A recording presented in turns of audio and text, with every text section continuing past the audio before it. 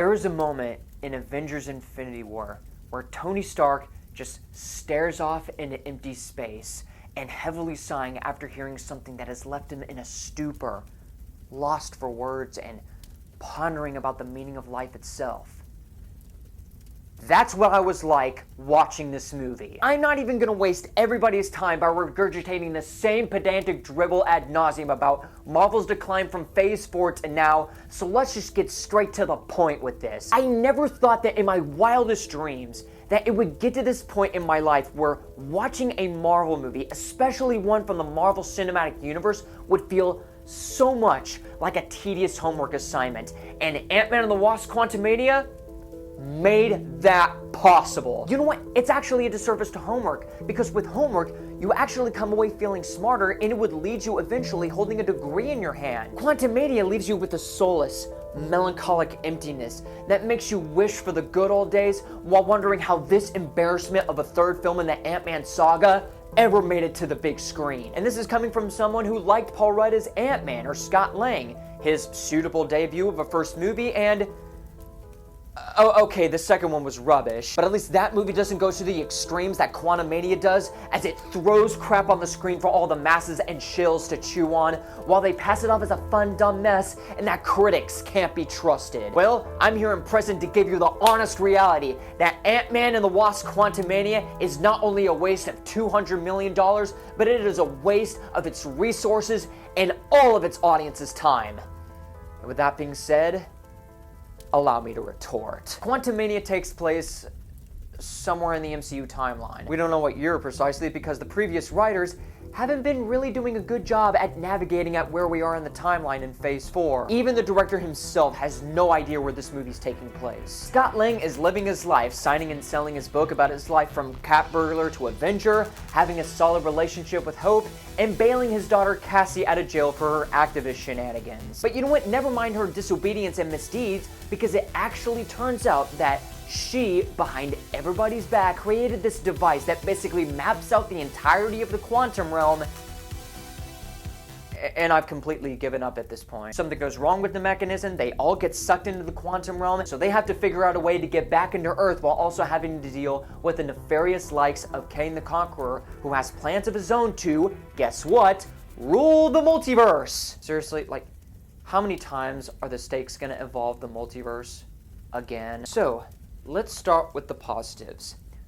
Paul Rudd does an adequate job with his reprisal of Scott Lang. He tries with whatever joke or a serious piece of dialogue that has been offered to him to bring not only the dramatic side of himself, but the likability and the down-to-earthness aspect of his character that fans have liked since the installment of his first movie. Though, what really annoys me is that he gets put down by people for doing competent things and helping people out, making legitimate points that he informs people about, and just even being a responsible father, which is an important aspect about his character. It gets extremely aggravating when he's being chastised by his daughter, you know, after bailing her out of jail for doing something stupid with the authorities. For doing something as ridiculous as, like, say, I don't know, saving the entire universe from an intergalactic warlord, which, by the way, he has every right to do, and because of the fact that this movie has no frame of reference of where we are in the timeline, we don't give a sense of how long Scott Lang took time off of being a superhero, helping people out, saving the day. Other than that, there was a joke about holes, which honestly got a smile out of me. Anything else? Alright.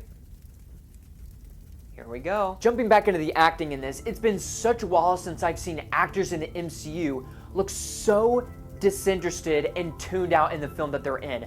I mean, Michelle Pfeiffer and Michael Douglas, God bless them for trying. It's almost like every single line that they spew out, especially from Michael Douglas, come off as them accepting a paycheck and anticipating for the scene to end just so they can get like a Frappuccino at Starbucks or something. We'll get more on them later. Just you wait. And it's also ironic how this movie is called Ant-Man and the Wasp: Quantumania, and yet Evangeline Lilly is given nothing to do in this movie at all. All she's pretty much given to do is just say superficial, repetitive lines of dialogue that are about a sentence long, play a part as a convenience in the middle portion of the movie, and that is about it. And I know I've touched on Cassie Lang before, but Catherine Newton isn't bad as Cassie Lang, she's serviceable, but the issues lie with the script writing of her character, not her as an actress. Cassie Lang has gone from a little girl who had such great potential as a character to being an extremely bratty and obnoxious character. She's extremely disobedient and snarky towards her dad, she does whatever she wants, and the movie is in favor of every single decision she makes, whether it's good or bad. And whenever she does make a bad decision in the movie, the film just goes, oh no, Cassie, it's not your fault. Let someone else take the bullet, okay? Okay? You're all good now. And now we have the villains of the piece. Now, word of mouth has informed me that Kang the Conqueror, who was played by Jonathan Majors, is the best part of the movie. He gives the biggest, strongest performance in the entire piece. Well, not really. Now, I'm sure that Jonathan Majors is a good actor in other projects he's been a part of, and I hope to God he is good in Creed 3. Heck, he was pretty solid as Nathaniel Richards in the final episode of Loki Season 1. But in every single scene in this movie, I have no idea why he's doing this, but it feels like every time he's acting, it's like he's holding back tears where he's almost on the verge of crying. His character's not supposed to be conflicted or sympathetic, so I have no idea what he's going for or what Peyton Reed intended for him to do, but it was completely distracting and hard to take seriously for someone who's supposed to be this omnipotent, omniscient threat. Not only that, but his character is such a letdown of an antagonist. Most of his decisions throughout the movie either result in him getting bested for the sake of the plot, and as a man who has the power of a god who has killed Avengers and has conquered galaxies and planets, what happens to him in the climax is one of the silliest things imaginable. And no, for the curious, please don't watch it. It's not worth it. And on the subject of silly, let's talk about MODOK, shall we? Now, if you are a fan of the villain in the comic books, and from what I've heard, he's very malevolent, over the top, and someone that is very intimidating, well, prepare to be disappointed. Not only is his contribution to this story ridiculous as can be, not only is his visual effects look like something out of a Robert Rodriguez movie circa 2005, but he has a character arc in this movie. Yeah, no kidding. And the execution for his character, once you realize who this character is supposed to be and why he is the way he is one of the most insulting, disrespectful, and embarrassing things that I have ever witnessed in the MCU. So, for a movie whose majority of the time takes place inside of the quantum realm, let's talk about the visual effects of the movie. Usually when your film is surrounded by visual effects, whether it be a creature, a humanoid, or a civilization, you would expect for the visual effects to be convincing enough for you to be arrested into this world and be interested in the people who take part in it. But the visual effects in this movie is like a hodgepodge of unfinished, choppy, unconvincing special effects that the studio polished and plastered onto the screen at the last minute. From the dodgy creature and environment design to a tiny Cassie's floaty cartoonish run and jagged jumping, which makes Wonder Woman's run in 1984 look like chariots of fire, to the hideous compositing of the green screen backgrounds, which is odd because you would think that the same technology that was used in The Mandalorian would make it somewhat believable. But as you watch the movie, there are instances where you can see the fuzz around the actors' heads, including shots where you can obviously tell that it's a green screen set. But do you know who's the real culprit behind the Halloween mask for this movie's crimes? It ain't old man Smithers. It's the film's writer, Jeff Loveless, a writer of Rick and Morty, which is ironic because from what was on screen, there was not an ounce of love put onto the script. This astronomically bad screenplay is plagued with some of the most dastardly, lazy sci-fi cliches ever put into a story for an MCU movie. And it's not even done with a sense of irony either. One example is that one of our main characters gets into a squabble with an extraterrestrial pirate, and after they have their showdown, they end up hugging it out because it actually turns out that these two have been actual lifelong friends the entire time. And it makes you wonder what the whole point of that scene even was, because the idea of this character encountering the pirates was to get transportation. Yes, transportation to get them where they need to go. Get them hundreds of millions of dollars. Textbook screenwriting. Amazing. This next example, oh man, it's one of the worst sci-fi cliches that have ever been put into a story, and it has been mocked to death ever since it was introduced. This movie has the audacity, the absolute gumption, to put in the wretched plot device that is language juice. Where if a character can't understand anybody's language, not to worry, just give him some language juice and everything will be all hunky-dory. Really, Marvel? This is where we're at now in terms of storytelling? Language juice? Seriously? Alongside the film's cliches, the film's ceaseless barrage of unfunny Rick and Morty style humor breaks all sense of tension, and the huge story-breaking coincidences and plot holes with what I also call Formica Ex Machina prevent the film from having any stakes, plausibility, or consequences of any kind. But rather than dissecting each and every single one of them, I'm going to hone in on some of the biggest ones in rapid fire speed. So, let's begin. Why did Hank Pym allow Scott Lang's irresponsible daughter to create a suit without Scott's permission? Wasn't the reason that in the first movie he gave the Ant-Man suit to Scott because he thought he was expendable and didn't want to give Hope the suit because he didn't want to risk losing a daughter? So in this movie, he's fine with Cassie making a suit because screw it? How did Cassie build this device that Hank describes upon seeing this as a subatomic Hubble telescope? Do you know how long and how many people it took to create something that is considered an astronomical scientific breakthrough? You expect me to honestly believe that this one girl created this whole thing all by herself? Why did she keep this a secret from everybody? And holy contrivances, Batman, why did she create this device in the first place? The movie tries to gaslight you into thinking that she got into the quantum realm because of a throwaway line that says, you know, had I built this device, I probably would have found Scott in the quantum realm. Or the argument can be made that she wanted to carry on Scott's involvement with the quantum realm transporter in the second movie. But in the second movie, Scott didn't play a big part in the transporter's creation,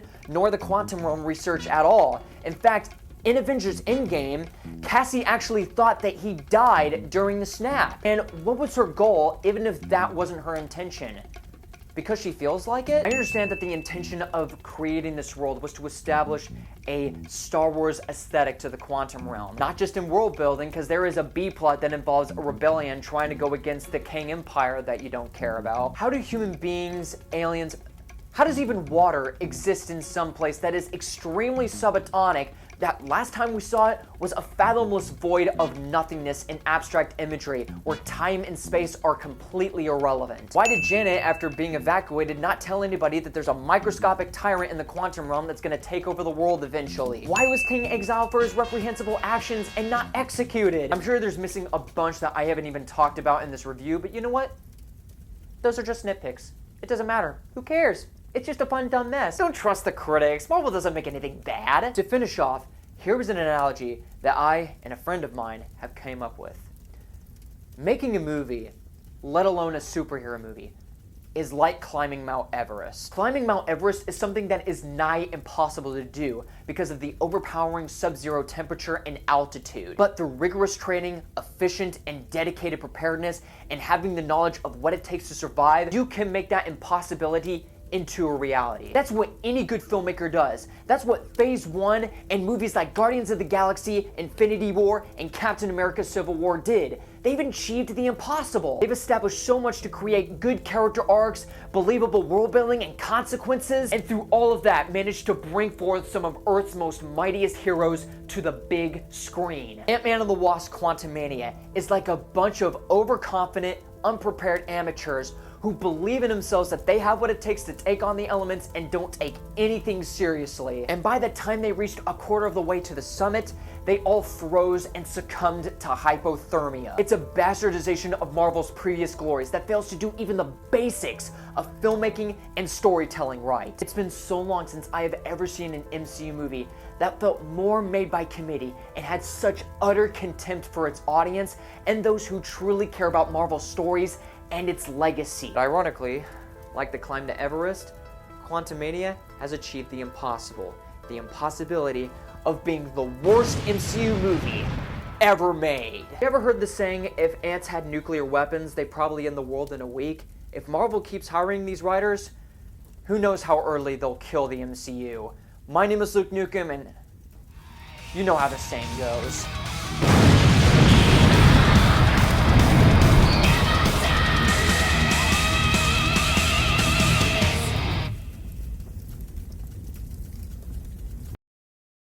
We really liked Ant-Man. I loved it. It's in my top 5 Marvel films of all time. I genuinely think that it's the best Ant-Man movie that they made. And I really liked both of the other Ant-Man movies. And I think that it is such a great setup and such a great full 3-act movie. I don't know if I watched a different movie or they were watching with blindfolds on, but Ant-Man and Wasp: Quantumania is not as bad as these critics are making it out to be. 3.9, almost a 4 out of 5.